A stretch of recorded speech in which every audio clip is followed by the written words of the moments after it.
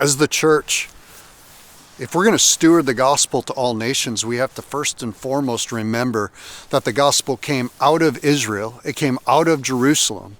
This is Jesus's words to his church, right? From the very beginning in Acts chapter 1. He's like, you're going to receive power from on high, and then you'll be my witnesses in Jerusalem, Judea, Samaria, and then to the othermost parts of the world. And we have to recognize that that was the point of origin. And now the church is given the task to complete that mandate, which is to bring the gospel into all nations.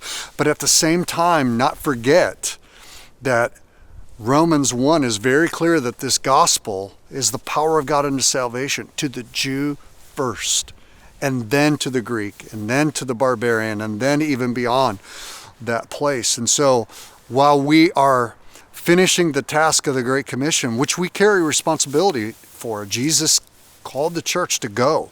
And so here we are. We're going and we're bringing the gospel. And I don't think it's any accident that we're living in a generation that is quickly approaching the completion of that mission that Jesus gave us. But when it's all said and done, we also have to steward our love and the priority of the Jewish people in the nation of Israel, who for the most part are still in unbelief.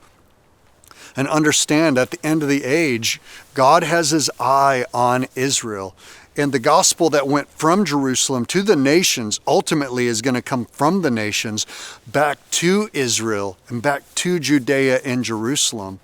And it's going to leave its last significant mark on this nation of Israel and the Jewish people.